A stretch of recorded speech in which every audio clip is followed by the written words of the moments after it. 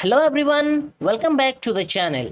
तो हम लोग कर रहे थे अकाउंटिंग इक्वेशन और इसका बेसिक कॉन्सेप्ट में आपको कुछ एग्जाम्पल के माध्यम से समझा चुका हूं। मैं समझता हूं अभी तक अगर आपने तीनों के तीनों एग्जाम्पल देखा होगा तो बेसिक कॉन्सेप्ट आपके माइंड में बिल्कुल क्लियर हो चुका होगा। तो बेसिक कॉन्सेप्ट को समझने के बाद आज से हम स्टार्ट करते हैं कुछ क्वेश्चंस करना। और जैसा कि एनसीईआरटी हमारा मेन बुक होता है तो मैं आपको सबसे पहले एनसीईआरटी का ही क्वेश्चंस करवाऊंगा। तो आज हम करेंगे एनसीईआरटी का क्वेश्चन नंबर फर्स्ट। ठीक है, तो इसमें हमें अकाउंटिंग इक्वेशन फॉर्म करना है। ठीक है, तो ये हमारे सामने है एनसीईआरटी का क्वेश्चन नंबर फर्स्ट। आप चाहे तो आपके पास भी बुक है तो वीडियो को देखते हुए आप अपना बुक भी ओपन कर लीजिए। तो देखिए, क्वेश्चन को सॉल्व करने के लिए ये मैंने फॉर्मेट बना के रखा हुआ है। ठीक है ना। फर्स्ट मैंने यहाँ लिखा है ट्रांजेक्शन्स। यहाँ पे हम ट्रांजेक्शन्स को नोट करेंगे वन बाई वन। और यहाँ मैंने लिखा हुआ है अकाउंटिंग इक्वेशन, जो कि होता है A equal to L plus C, है ना।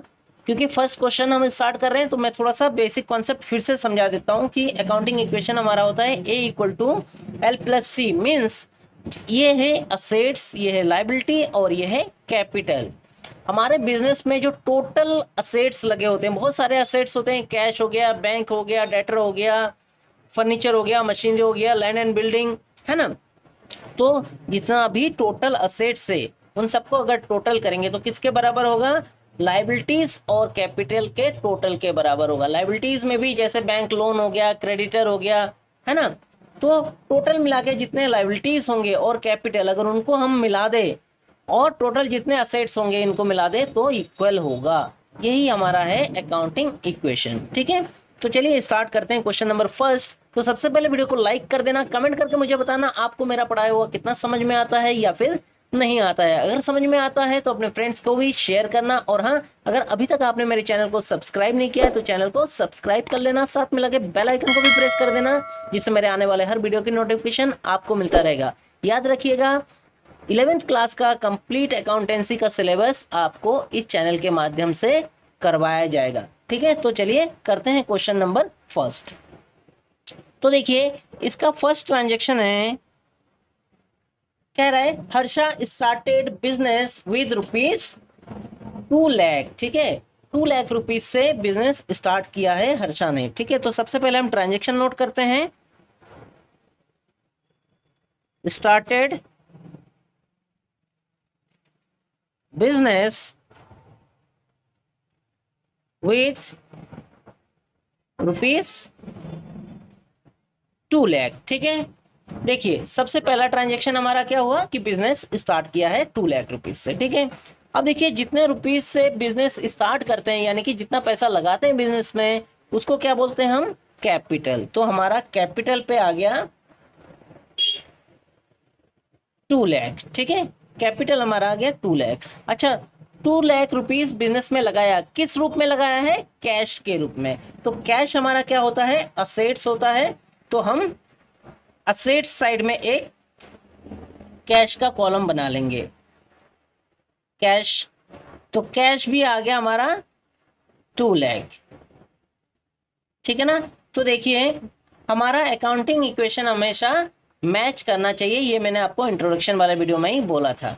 ठीक है, तो देखिए 2 लाख का कैश हो गया, 2 लाख का ही कैपिटल हो गया। लेफ्ट हैंड साइड और राइट हैंड साइड हमारा इक्वल हो गया। ठीक है, देखते हैं सेकंड ट्रांजैक्शन। सेकंड ट्रांजैक्शन कह रहा है purchased goods from Naman for cash ₹40,000। नमन से खरीदा है लेकिन कैश खरीदा है, इसमें मेंशन किया हुआ है कि फॉर कैश। ठीक है, 40,000 का गुड परचेज किया है। तो सबसे पहले ट्रांजैक्शन नोट करते हैं। परचेज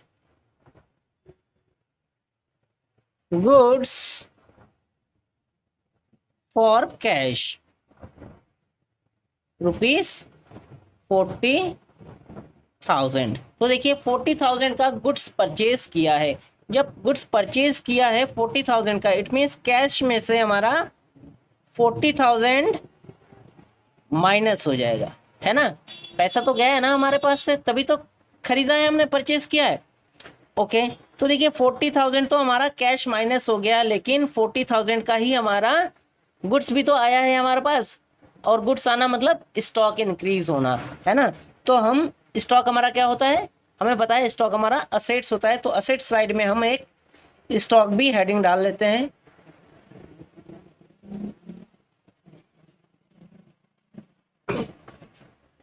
ठीक है, ओके। तो स्टॉक आ गया हमारे पास 40,000।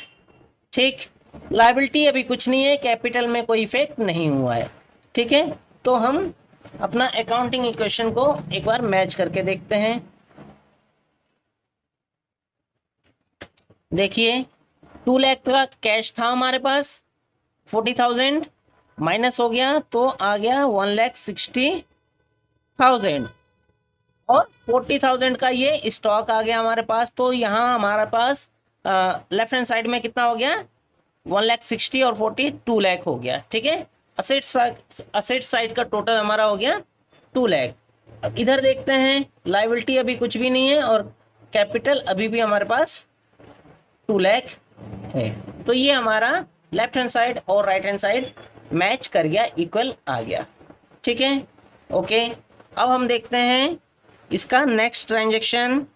नेक्स्ट ट्रांजेक्शन क्या कह रहा है, sold goods to Bhanu costing ₹10,000 for ₹12,000। ठीक है, भानु को हमने 10,000 रुपीज का माल बेचा है, कितने रुपीस में, 12,000 में। ठीक है, जिसका कॉस्ट है 10,000, उसको हमने सेल कर दिया है भानु को 12,000 में। अब भानु को सेल किया है, इट मीन्स ये क्रेडिट सेल हुआ है,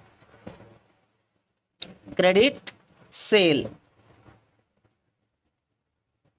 ऑफ ₹12,000, जबकि इसका कॉस्ट कितना था, कॉस्ट था 10,000। ठीक हो गया, ओके। तो देखिए जब क्रेडिट में सेल हुआ है तो कैश में तो कुछ भी इफेक्ट नहीं होगा, क्योंकि पैसा तो अभी उसने हमें दिया नहीं है। अगर कैश में सेल होता है तो कैश में प्लस हो जाता। ठीक है, तो कैश में नो इफेक्ट। ठीक, अच्छा, लेकिन उसको हमने बेचा है, आज नहीं तो कल तो पैसा देगा ना, पैसा वो देगा। तो क्या होता है हमारा डेटर, जो जिससे हमें पैसा लेना है उसको क्या बोलते हैं, डेटर। डेटर हमारा असेट्स होता है, तो असेट साइड में एक डेटर का भी हेडिंग डाल देते हैं। ठीक है, तो डेटर का हेडिंग डाल दिया। डेटर कितना हो गया हमारे पास, कितने रुपीस में बेचा उसको, 12,000 में। ठीक हो गया, अच्छा देखिए 12,000 में बेचा है, कितने का माल था, 10,000 का, यानी कि हमारा स्टॉक तो 10,000 माइनस हो जाएगा ना, क्योंकि स्टॉक में से ही तो हमने बेचा है। ठीक है, तो 10,000 हमारा स्टॉक में से माइनस हो जाएगा। ठीक है, ओके। अब इसमें देखिए एक चीज और क्या हो रहा है कि 10,000 का था, हमने 12,000 में बेच दिया है, तो 2,000 रुपीज का प्रॉफिट हो रहा है ना। तो जो प्रॉफिट होता है वो कैपिटल में ऐड हो जाता है, और अगर लॉस होता है तो वो कैपिटल में से माइनस हो जाता है। तो इस ट्रांजेक्शन में हमें क्या हो रहा है, 2,000 रुपीज का प्रॉफिट हो रहा है, तो प्रॉफिट हम क्या करेंगे, 2,000 रुपीज कैपिटल में ऐड कर देंगे। ठीक है, ओके। अब फिर से हम ट्रांजेक्शन को, सॉरी इक्वेशन को मैच करके देखते हैं। तो देखिए ये हो गया 1,60,000 है ना कैश, 40,000 का स्टॉक था, 10,000 का हमने बेच दिया है, तो कितना बचा हमारे पास, 30,000। ठीक है, और ये डेटर हो गया 12,000। ठीक, तो देखिए 1,60,000 और 30,000, 1,90,000 और 12,000, तो 2,02,000 हो गया असेट्स का टोटल। और इधर हमारा लायबिलिटी अभी भी कुछ नहीं है, और कैपिटल हमारा कितना हो गया, 2 लाख था और 2,000 हमारा ऐड हो गया प्रॉफिट, तो 2,02,000। ठीक है, तो हमारा लेफ्ट हैंड साइड और राइट हैंड साइड हमारा मैच कर गया। ठीक है, ओके। नेक्स्ट ट्रांजेक्शन देखते हैं हम। नेक्स्ट ट्रांजेक्शन कह रहा है बॉट फर्नीचर ऑन क्रेडिट ₹7,000, हमने क्रेडिट में परचेज किया है फर्नीचर। ट्रांजेक्शन नोट कर लेते हैं। सबसे पहले परचेस्ड फर्नीचर ऑन क्रेडिट,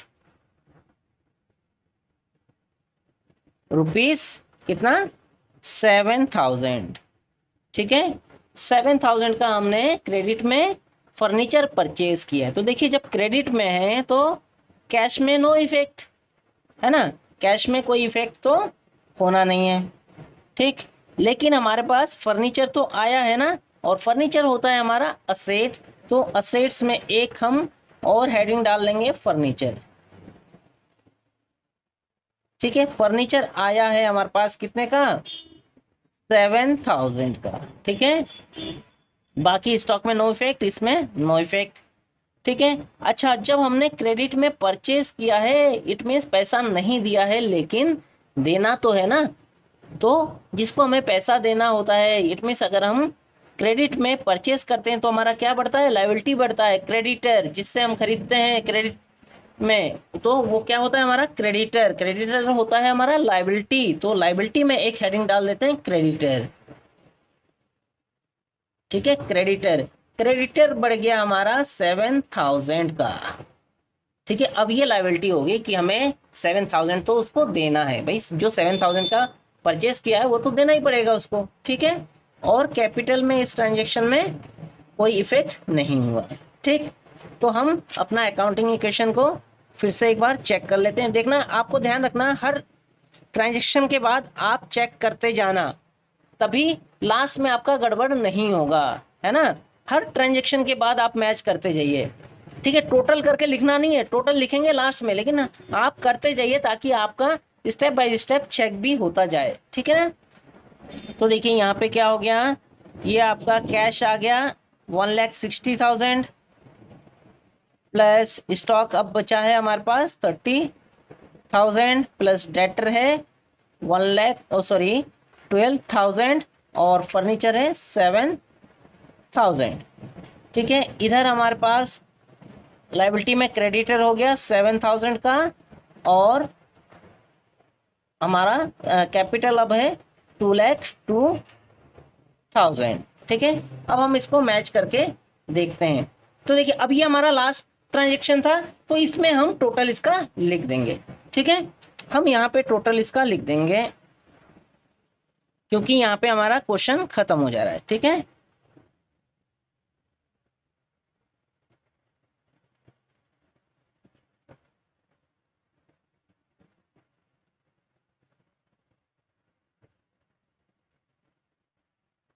तो देखिए टोटल कर लेते हैं, यहाँ टोटल इसका कितना हो गया 1,60,000 और 30,000 12,000 1,60,000 90 2,02,000, ओके। तो ये हो गया हमारा 2,09,000, ठीक है।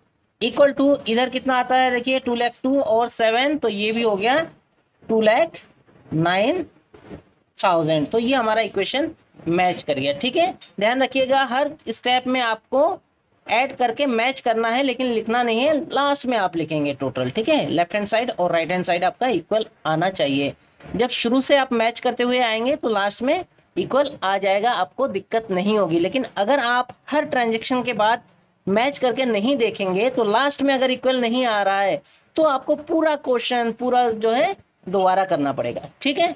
ओके, तो उम्मीद करता हूँ आपको बहुत अच्छे से समझ में आ गया होगा। अगर समझ में आया तो फिर से कह रहा हूँ एक बार कि वीडियो को लाइक कर देना, क्योंकि बहुत मेहनत कर रहा हूँ मैं आपके लिए, तो वीडियो को एक लाइक तो बनता है। कमेंट करके जरूर बताना कि आपको कैसा लग रहा है मेरा वीडियो। अगर अच्छा लग रहा है तो अपने फ्रेंड्स को शेयर करना, और साथ ही साथ सब्सक्राइब नहीं किया है तो सब्सक्राइब वाला बटन दबा देना और बेल आइकन को भी क्लिक कर देना। मिलता हूँ आपसे नेक्स्ट वीडियो में।